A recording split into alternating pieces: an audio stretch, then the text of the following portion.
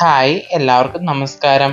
ഇന്ന് ഞാൻ വന്നിരിക്കുന്നത് നല്ല സ്പെഷ്യൽ ആയിട്ടൊരു കൂവ പായസത്തിൻ്റെ റെസിപ്പിയുമായിട്ടാണ് വന്നിരിക്കുന്നത്. ധനുമാസത്തിലെ തിരുവാതിരയ്ക്ക് തയ്യാറാക്കിയെടുക്കുന്ന കൂവ പായസത്തിൻ്റെ റെസിപ്പി നമുക്ക് നോക്കിയാലോ.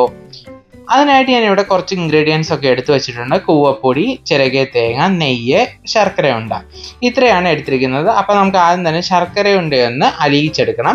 അപ്പോൾ ശർക്കര ഉണ്ട ഇതുപോലെ നമുക്ക് പൊട്ടിച്ച് ഒരു സോസ് പാനിലേക്ക് ഇട്ട് കൊടുക്കാം. ഇനി ഇതിലേക്ക് കുറച്ച് വെള്ളം കൂടെ ഒഴിച്ചു കൊടുക്കാം. ഇനി ഇത് നന്നായിട്ടൊന്ന് മിക്സ് ചെയ്തെടുത്ത ശേഷം മീഡിയം ഫ്ലെയിമിൽ വെച്ചിട്ട് ഇത് നന്നായിട്ട് ഉരുക്കിയെടുക്കാം. ഇതിപ്പോൾ ശർക്കര ഉണ്ടയൊക്കെ നന്നായിട്ട് മെൽറ്റായി വന്നിട്ടുണ്ട്. ഇനി നമുക്ക് ഫ്ലെയിം ഓഫ് ചെയ്ത ശേഷം ഇത് അരിച്ച് ഒരു സൈഡിലേക്ക് മാറ്റാം. ഇനി നമ്മൾ കൂവപ്പായസം തയ്യാറാക്കിയെടുക്കുന്ന പാത്രത്തിലേക്ക് നമ്മുടെ കൂവപ്പൊടി ഇട്ട് കൊടുക്കാം. ഇപ്പം ഞാൻ ഉരുളിയിലാണ് തയ്യാറാക്കിയെടുക്കുന്നത്. അതിലേക്ക് ഇട്ട് കൊടുത്ത ശേഷം ഇതിലേക്ക് വെള്ളം ഒഴിച്ചു കൊടുത്ത് നന്നായിട്ട് മിക്സ് ചെയ്തെടുക്കാം.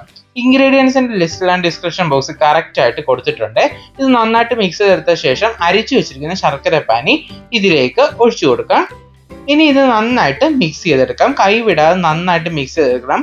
ആ ശർക്കര പാനി എല്ലായിടത്തും ആകുന്ന രീതിയിൽ നന്നായിട്ട് മിക്സ് ചെയ്തെടുക്കാം. ഇതുപോലെ നന്നായിട്ട് മിക്സ് ചെയ്തെടുത്ത ശേഷം ഫ്ലെയിം ഓൺ ചെയ്ത് ഉരുളി നമുക്ക് സ്റ്റൗവിലേക്ക് വെക്കാം. ഇനി നമുക്ക് കൈ വിടാതെ കണ്ടിന്യൂസ് ആയിട്ട് മിക്സ് ചെയ്ത് കൊടുക്കണം. അല്ലെങ്കിൽ ഈ ഒരു കൂവപ്പൊടി താഴെ പോയി അടിക്ക് പിടിക്കാനുള്ള ചാൻസ് ഉണ്ട്. അതുകൊണ്ട് തന്നെ കൈ വിടാതെ നന്നായിട്ട് മിക്സ് ചെയ്തെടുക്കാം. മീഡിയം ടു ലോ ഫ്ലെയിമിൽ ഇട്ടിട്ട് വേണം ഇതുപോലെ നമുക്ക് കുറുക്കിയെടുക്കേണ്ടത്. അതുകൊണ്ട് തന്നെ കൈ വിടാതെ കണ്ടിന്യൂസ് ആയിട്ട് മിക്സ് ചെയ്ത് കൊടുക്കുക.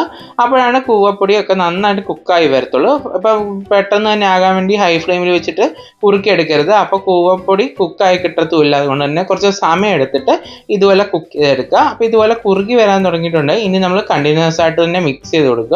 ഇതുപോലെ നന്നായിട്ട് കുറുകി വന്ന ശേഷം ലോ ഫ്ലെയിമിൽ വെച്ചിട്ട് വേണം ഇത് നന്നായിട്ട് കുറുക്കി എടുക്കാനായിട്ട്. ഇതുപോലെ കുറുകി വരുന്നത് വരെ നമുക്ക് മീഡിയം ഫ്ലെയിമിൽ വെക്കണം. നന്നായിട്ട് കുറുകി വന്ന ശേഷം നമ്മൾ ലോ ഫ്ലെയിമിൽ ഇട്ടിട്ട് വേണം ഇതുപോലെ നന്നായിട്ട് കുറുക്കി എടുക്കാനായിട്ട്. ഒരു കാര്യം പ്രത്യേകം ശ്രദ്ധിക്കണം, ഇതുപോലെ നന്നായിട്ട് മിക്സ് ചെയ്ത് കൊടുക്കണം, അല്ലെങ്കിൽ അടിക്ക് പിടിക്കാനുള്ള ചാൻസ് ഉണ്ട്. പെട്ടെന്ന് കഴിയാൻ വേണ്ടി ഹൈ ഫ്ലെയിമിൽ വെച്ചിട്ട് കുറുക്കി എടുക്കുകയാണെങ്കിൽ ഈ ഒരു കൂവപ്പൊടിയുടെ പച്ചച്ചോവ വരും. അതുകൊണ്ട് തന്നെ ലോ ഫ്ലെയിമിൽ ഇട്ടിട്ട് നമ്മൾ ഇതുപോലെ കുറുക്കിയെടുക്കുക. ഇനി ഇതിലേക്ക് ചിരകിയ തേങ്ങ ചേർത്ത് കൊടുക്കാം.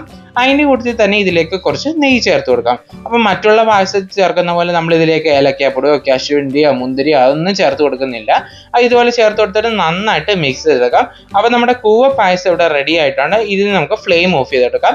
അപ്പോൾ ഇത് നമുക്ക് ഇനി സെർവ് ചെയ്യാം. അപ്പോൾ ഇത് നമുക്ക് ചൂടോട് കൂടി തന്നെ ഇത് കഴിക്കണം. എന്നാലാണ് ഇതിൻ്റെ ഒരു കറക്റ്റ് ടേസ്റ്റ് അറിയാവുന്നത്. ചൂടാറി കഴിയുമ്പം ടേസ്റ്റിന് കുറവൊന്നും ഉണ്ടായിരിക്കത്തില്ല. എങ്കിലും ചൂടോട് കൂടി തന്നെ നമുക്കിത് കഴിക്കുന്നതാണ് കൂടുതലും നല്ലത്.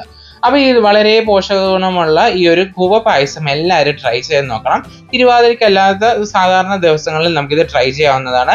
അപ്പോൾ എന്തായാലും എല്ലാവരും ഒന്ന് ട്രൈ ചെയ്ത് നോക്കണം. കൂവപ്പൊടിയൊക്കെ ഇപ്പം നമുക്ക് എല്ലായിടത്തും അവൈലബിൾ ആണ്. അപ്പോൾ എന്തായാലും എല്ലാവരും ട്രൈ ചെയ്ത് നോക്കാം. അതിനുശേഷം ഫീഡ്ബാക്ക് തരാൻ വേണ്ടി മറക്കരുത്. മറ്റൊരു റെസിപ്പിയായി വീണ്ടും കാണാം. Thanks for watching.